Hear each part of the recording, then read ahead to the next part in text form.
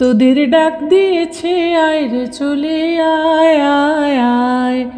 পৌষ তোদের ডাক দিয়েছে আয় রে চলে আয় আয় আয়। ডালা যে তার ভরেছে। শুনতে পাচ্ছ? শোনো, শুনতে পাচ্ছ? কে?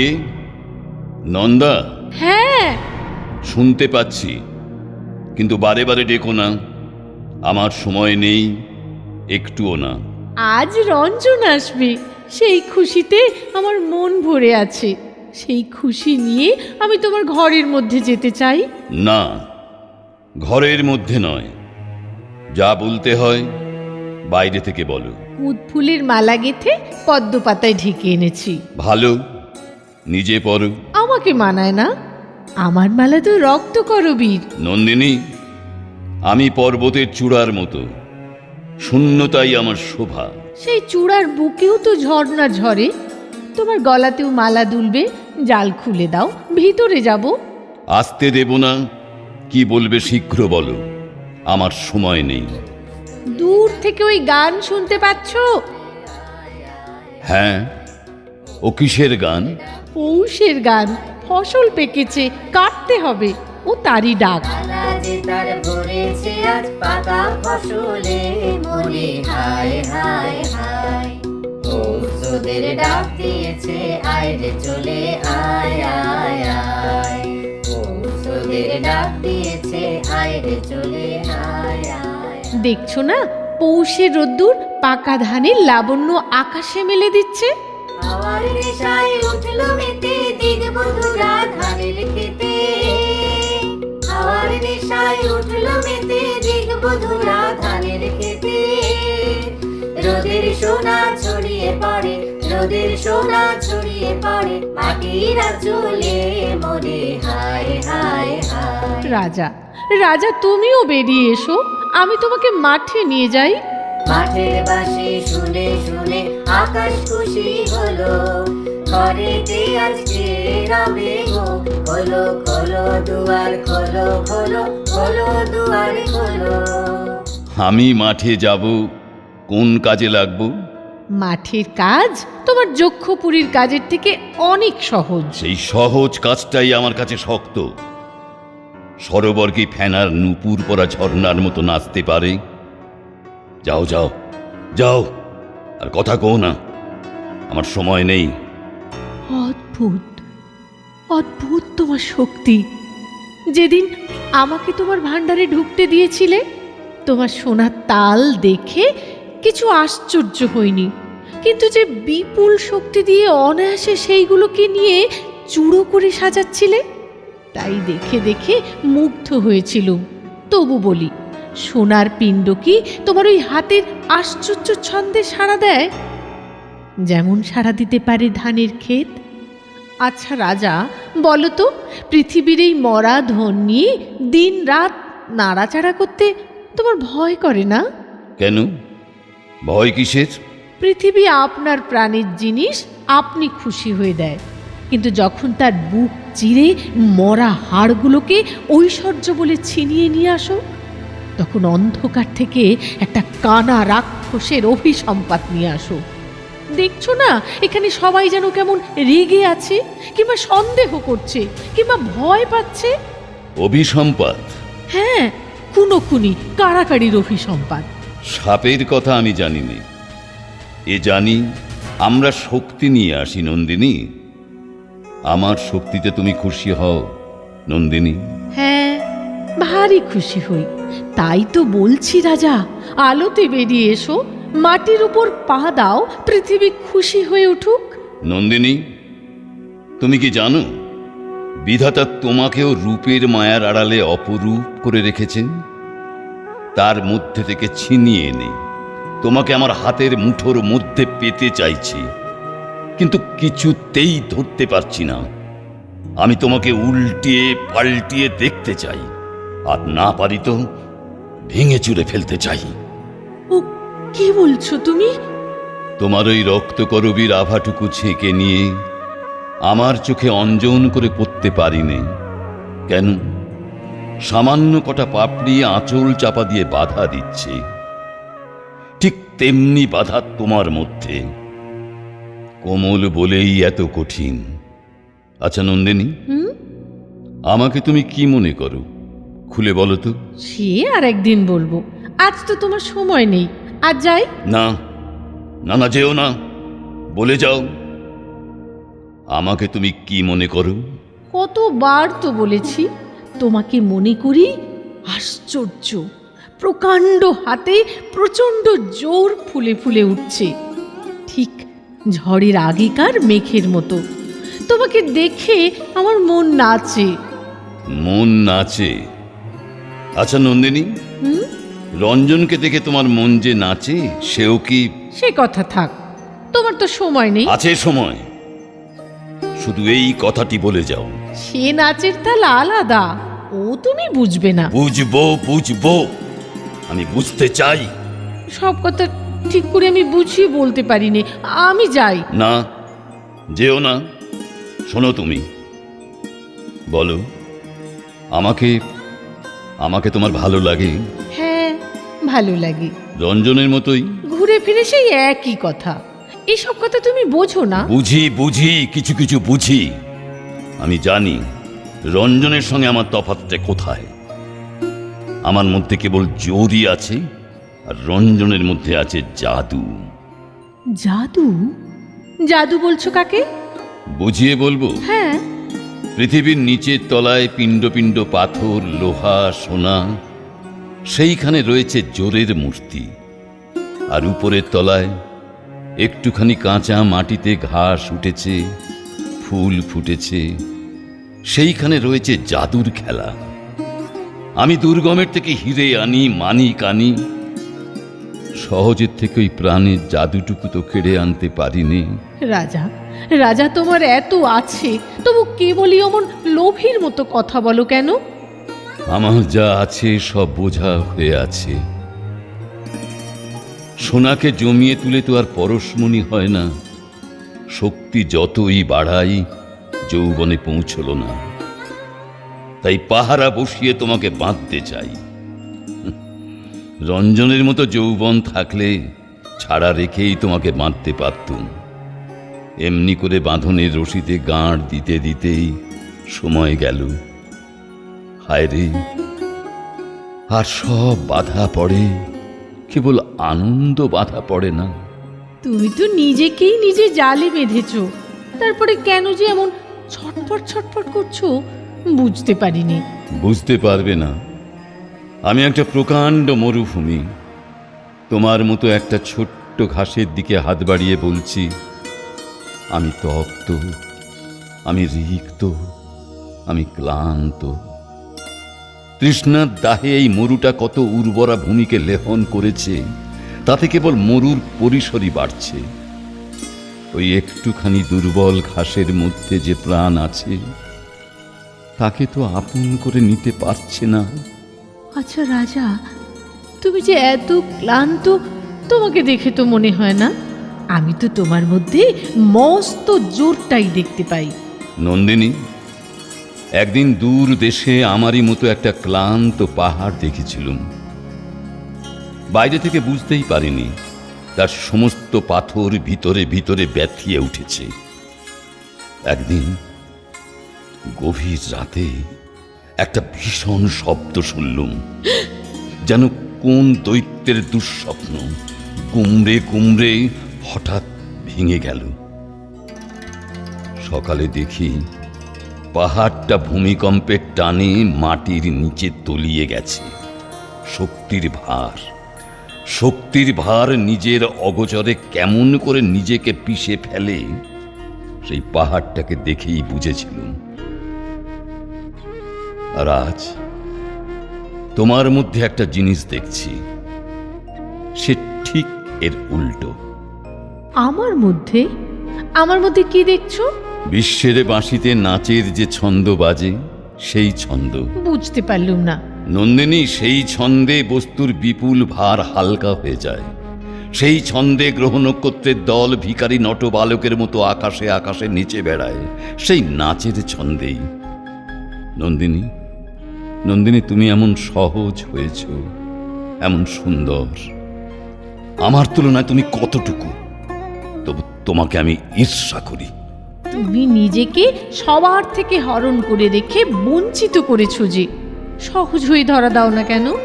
নিজেকে গুপ্ত রেখে বিশ্বের বড় বড় মালখানার মোটা মোটা জিনিস চুরি করতে বসেছি, কিন্তু যে দান বিধাতার হাতের মুঠোর মধ্যে ঢাকা, সেখানে তোমার চাঁপার কলির মতো আঙুলটি যতটুকু পৌঁছয়, আমার দেহের সমস্ত জোর তার কাজ দিয়েও যায় না। বিধাতার সেই বদ্ধ মুঠো আমাকে খুলতেই হবে নন্দিনী। তোমার এইসব কথা আমি ভালো বুঝতে পারিনি। আমি যাই। আচ্ছা যেও, কিন্তু নন্দিনী, আমি জানালার বাইরে আমার এই হাতটা বাড়িয়ে দিচ্ছি। তোমার হাতখানা একটি বার আমার হাতের উপর রাখবে?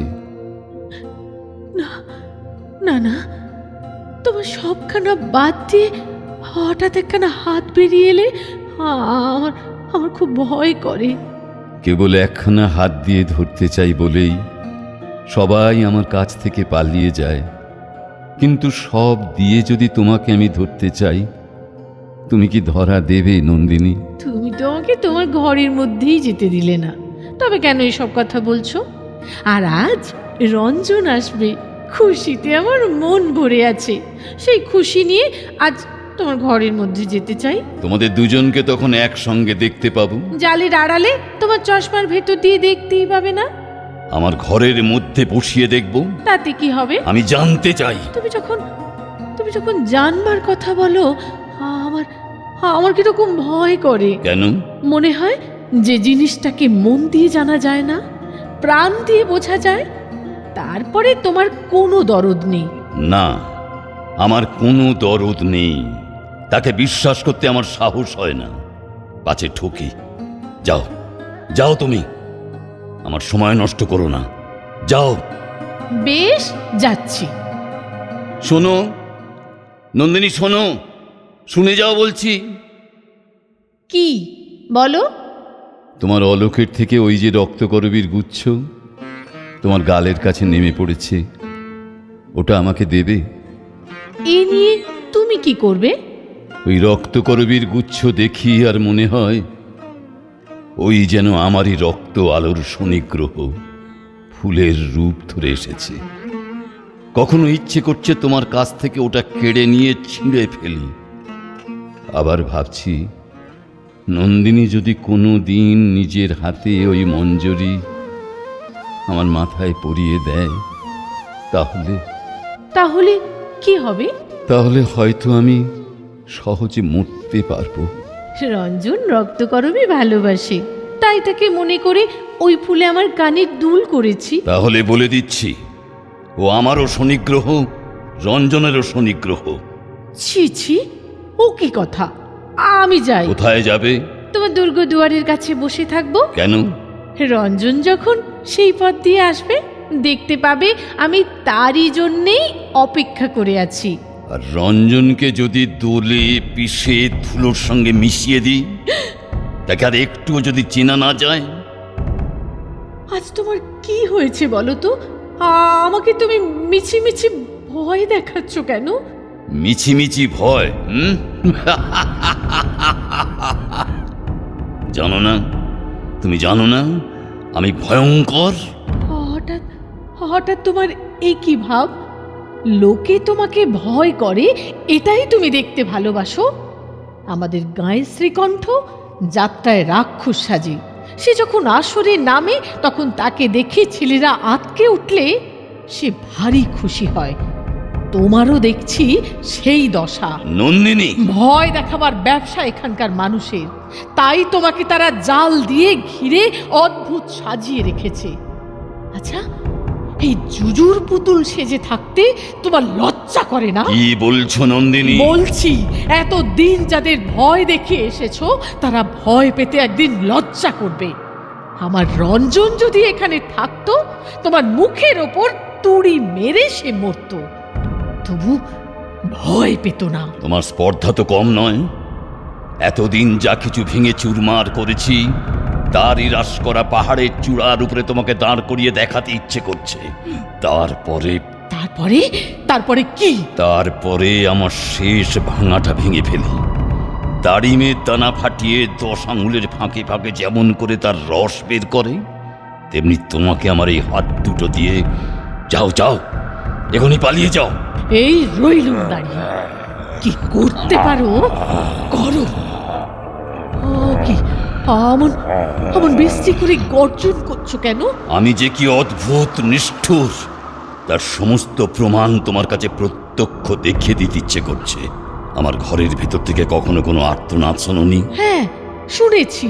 সে কিসের আর্তনাদ? সৃষ্টিকর্তার চাতুরি আমি ভাঙি। বিশ্বের মর্মস্থানে যা লুকোনো আছে তা ছিনিয়ে নিতে চাই, সেই সব ছিন্ন প্রাণের কান্না। নন্দিনী, গাছের থেকে আগুন চুরি করতে হলে তাকে পোড়াতে হয়। নন্দিনী, তোমার ভিতরেও আছে সেই আগুন, রাঙা আগুন। একদিন দাহন করে তাকে বের করব, তার আগে নিষ্কৃতি নেই। তুমি তুমি এত নিষ্ঠুর কেন? আমি হয় পাবো নয় নষ্ট করব। যাকে পাইনি তাকে দয়া করতেও পারিনি, তাকে ভেঙে ফেলাও খুব একরকম করে পাওয়া। নন্দিনী, ও কি অমন অমন মুঠো পাকিয়ে হাত বের করছো কেন? আচ্ছা আচ্ছা, আমি হাত সরিয়ে নিচ্ছি। নন্দিনী, নন্দিনী, পায়রা যেমন বাজ পাখির ছায়া দেখলেই পালায়, পালাও পালাও তুমি। নন্দিনী, পালাও পালাও। আচ্ছা যাই, আর তোমাকে রাগাবো না। শোনো শোনো, ফিরে এসো তুমি। নন্দিনী, নন্দিনী। কি বলো? সামনে তোমার মুখে চোখে প্রাণের লীলা, আর পিছনে তোমার কালো চুলের ধারা, মৃত্যুর নিস্তব্ধ ঝর্ণা। আমার এই হাত দুটো সেদিন তার মধ্যে ডুব দিয়ে মরবার আরাম খুঁজে পেয়েছিল। মরণের মাধুর্য আর কখনো এমন করে ভাবিনি। সেই গুচ্ছ গুচ্ছ কালো চুলের নিচে মুখ ঢেকে ঘুমোতে আমার ভারী ইচ্ছে করছে। নন্দিনী, নন্দিনী, তুমি জানো না আমি আমি কত শ্রান্ত। আচ্ছা রাজা, তুমি কি কখনো ঘুমো না? না, ঘুমোতে ঘুমোতে আমার বড় ভয় করে নন্দিনী। তাহলে তোমাকে আমার গানটা শুনিয়ে দিই। ভালোবাসি ভালোবাসি এই সুরে, কাছে দূরে, জলে স্থলে বাজায় বাজায় বাঁশি ভালো। বন্ধ করো, বন্ধ করো, গান আমার ভালো লাগছে না।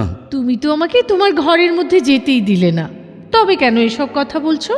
আমার অনবকাশের উজান ঠেলে আমি তোমাকে আমার ঘরের মধ্যে আনতে চাইনি। যেদিন পালের হাওয়ায় তুমি অনায়াসে আসবে, সেই দিন আসবে আগমনীর লগ্ন। সে হাওয়া যদি ঝড়ের হাওয়া হয় সেও ভালো। এখনো সময় হয়নি, এখনো সময় হয়নি। আমি তোমাকে বলছি রাজা, সেই পালের হাওয়া আনবে রঞ্জন, সে যেখানে যায় ছুটি সঙ্গে নিয়ে যায়। তোমার রঞ্জন যে ছুটি বয়ে নিয়ে বেড়ায়, সেই ছুটিকে রক্তকরবীর মধু দিয়ে ভরে রাখে কে, তা কি আমি জানি না? তুমি তো আমাকে ফাঁকা ছুটির খবর দিলে। মধু কোথায় পাবো? আজ আমি যাই। না না নন্দিনী, এই কথাটার জবাব দিয়ে যাও। ছুটি কি করে মধুতে ভরে তার জবাব রঞ্জনকে চোখে দেখলেই পাবে। সে বড় সুন্দর। সুন্দর? সুন্দরের জবাব সুন্দরী পায়, আর অসুন্দর যখন জবাব ছিনিয়ে নিতে চায়, বিনার তার আর বাজে না, ছিঁড়ে যায় না। আর নয়, যাও যাও তুমি, নইলে বিপদ ঘটবে। যাচ্ছি, কিন্তু বলে গেলুম আজ আমার রঞ্জন আসবে আসবে আসবে। কিছুতেই তোমরা কেউ তাকে ঠেকাতে পারবে না।